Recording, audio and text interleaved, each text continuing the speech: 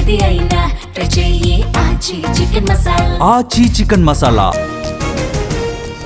యోగాతో దేశమంతా చైతన్యం నిండిపోయింది. ప్రపంచం మొత్తాన్ని యోగా ఒకే వేదికపైకి తెచ్చింది. యోగా వల్ల విశ్వశాంతి సాధ్యమన్న Modi. Yoga for healthy ageing ఈ ఏడాది ప్రధాన లక్ష్యం. యోగాను ఉద్యమంలా ప్రజల్లోకి తీసుకువెళ్తాం. ఆన్లైన్లో యోగా తరగతులు నిర్వహిస్తామన్న చంద్రబాబు. హైదరాబాద్ లో యోగా డే వేడుకలు. యోగాను గ్లోబల్ మూవ్మెంట్ గా మార్చారు. ఈ ఘనత ప్రధాని మోదీదే అన్న రామచంద్రరావు. విశాఖలో యోగాంధ్ర వేడుకలు. బీచ్ రోడ్డు సాగరిక హాల్లో కార్యక్రమం. పాల్గొన్న హోంమంత్రి అనిత, పల్లా శ్రీనివాస్. హుస్నాబాద్ లో యోగా దినోత్సవం. ఎల్లమ్మ చెరువు కట్టపై కార్యక్రమం. యోగాసనాలు వేసిన మంత్రి పొన్నం. యోగా కేవలం ఒక వ్యాయామం కాదు, శరీరం ఆత్మను ఏకం చేస్తుంది. డాక్టర్లు కూడా యోగా చేయాలని చెబుతున్నారన్న బండి. ఇవాళ భారత నౌకాదళంలోకి 3 యుద్ధ నౌకలు. ప్రధాని చేతుల మీదుగా యుద్ధ నౌకల కమిషనింగ్. జాతికి అంకితం చేయనున్న మోదీ. గంగమ్మ కస్టోడియల్ డెత్ కేసులో కొత్త మలుపు. ప్రత్యక్ష సాక్షి వాంగ్మూలంపై హైకోర్టు కీలక ఆదేశాలు.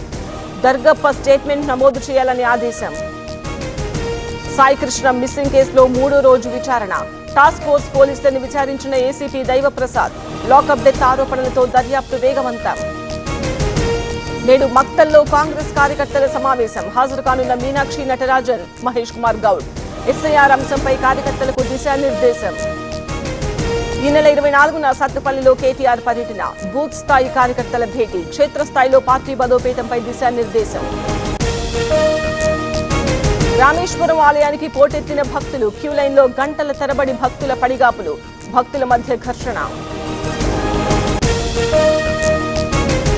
హైదరాబాద్ లోని సింధు హాస్పిటల్లో ముద్రగడ. ఐసీయూలో కొనసాగుతున్న చికిత్స. నిన్నటి నుంచి ఆసుపత్రిలో ట్రీట్మెంట్. తెలంగాణ డిజిటల్ సేవలకు గుర్తింపు. టీ ఫైబర్ సంస్థకు ప్రతిష్టాత్మక స్కోచ్ అవార్డు.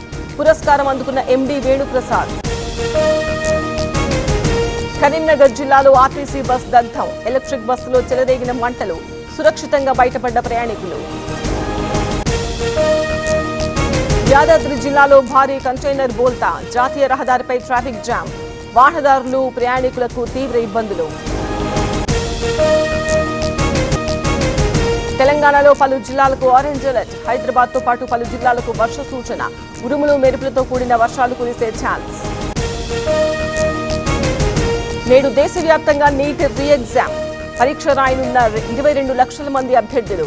5440 పరీక్షా కేంద్రాలు ఏర్పాటు.